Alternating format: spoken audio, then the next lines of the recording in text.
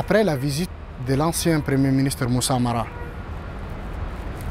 quand on a fini les interviews au gouvernorat l'après-midi, le cortège qui devrait assurer sa sécurité pour rejoindre le camp de l'aménagement et que la délégation puisse rentrer à Gao passer la nuit. Moi j'ai encore les images. Juste à la sortie du gouvernorat, ce cortège a été attaqué. Et pourtant il y avait un hélico de Serval qui survolait toutes nos positions. Et miraculeusement, à chaque tour de l'hélico, on perdait une position. L'hélico n'est-il pas en train de communiquer avec nos ennemis? Moi je me pose cette question, mais pas aujourd'hui. Alors, le PM a rejoint le camp de l'aménagement pour partir.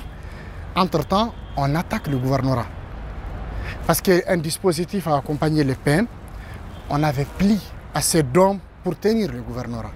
C'est là-bas où malheureusement que nous avons perdu le gouvernorat et que des braves administrateurs ont été lâchement assassinés, ligotés, assassinés sans aucun état d'âme. Et avec eux, il y avait aussi des civils. Et il y avait aussi des jeunes de Kidal qui ont payé leur vie. Pour vous dire que ce n'était pas un choix. Ce n'était pas qu'on tient un camp pour... Non. Même quand il y a des morts, on était ensemble.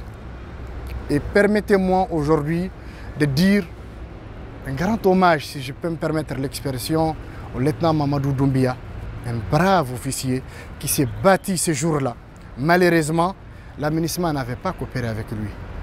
Parce que si vous vous rappelez du grand bâtiment qui fait face au lycée de Kidal, c'est dans ce bâtiment que les forces du mal se sont installées. Et le lieutenant Mamadou Doumbia avait pris toutes les dispositions pour aller les déloger. Et je me rappelle encore de cet officier sénégalais qui s'est arrêté devant lui et il a tout fait pour que nos militaires n'avancent pas sur l'ennemi. Et si le lieutenant avait eu le soutien de sa hiérarchie à l'époque, le soutien politique et militaire, il pouvait désamorcer parce qu'on les connaît tous. C'est un officier qui ne connaît pas du tout la peur. Malheureusement, on le perd, s'incline devant sa mémoire, on le dit à sa famille, vous l'avez perdu, le Mali l'a perdu, mais c'était pour la dignité de notre pays. Les préfets et sous-préfets, on les a enterrés au camp général Abdoulaye Soumaré. Ils étaient 8 avec un jeune de Kidal, c'est aux environs de 22 heures. J'ai eu la malchance d'être sur le terrain. On a creusé ensemble, on les a enterrés ensemble. Et le lendemain, on a préparé les restes de nos blessés. Et malheureusement, il y a l'attaque du 21, qui est encore plus difficile. Et le 21, malgré la présence des Nations Unies dans la région, malgré la présence de la France, des mouvements terroristes sont venus de tous les coins du Sahel. Donc, nos militaires étant d'abord à un nombre réduit, des munitions passées sur place. Moi, je me rappelle, on avait envoyé 28 policiers sans armes. Je fais partie des gens qui les ont accueillis à l'aéroport. Jusqu'à présent, je n'arrive pas à comprendre cette décision. Vous envoyez des hommes sur un terrain d'opération, mais qui ne sont pas armés. C'est pour les envoyer à la boucherie peut-être. Donc, sur le plan politique, sur le plan militaire, tout était calculé, tout était tracé pour faire échouer l'armée malienne.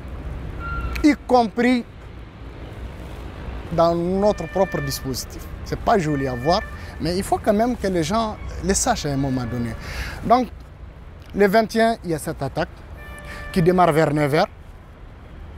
À 13h, j'étais sur le point de prendre mon téléphone et de dire au monde entier que nous avons le contrôle à 100% de la ville de Kidal. Vous avez écouté un appel téléphonique où on demandait à Didier Dako d'arrêter les hostilités avec les gens du MNLA ou on va passer à autre chose. Réécoutez bien cet appel. Avant cette phrase, vous allez entendre le son des armes. La personne qui a passé l'appel, c'est le commandant Eric. On se connaît très très bien. Et quand vous entendez le son des armes, ça veut dire que l'appel a été passé sur le terrain des opérations. Pour qui connaît Kidal, là où on a été attaqué et là où est censé se trouver la force Serval, c'est à moins de 3 km. Pourquoi un appel téléphonique va se retrouver dans cette zone s'il n'y a pas une main visible? Deuxième élément très important, les militaires Touareg maliens du GTA 8 qui se sont battus avec bravoure, d'où la mort d'un grand chef, le colonel Faisal Keba, dont je salue la mémoire aujourd'hui. On a vu son corps. Il n'a pas été tué par une balle simple. Et depuis là, ceux qui ont attaqué l'armée malienne se sont habillés en Touareg pour d'abord créer une psychose. C'est une partie des militaires maliens Touareg qui s'est retournée contre l'armée, alors que ce n'est pas du tout le cas. Donc, juste pour vous dire que tout a été calculé au moindre détail, jusqu'à nous annonçait la mort du général Gamou, qu'Allah lui accorde une longue vie.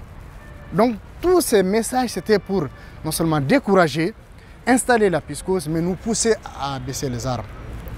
Donc, je vous disais que j'étais sur le point d'appeler pour dire qu'on a pris Kidal à 100% parce que nos positions ont avancé, malgré que les affrontements ont commencé vers 9 h.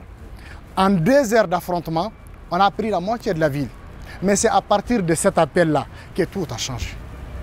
On ne savait plus qui était qui faisait quoi et à qui avoir confiance.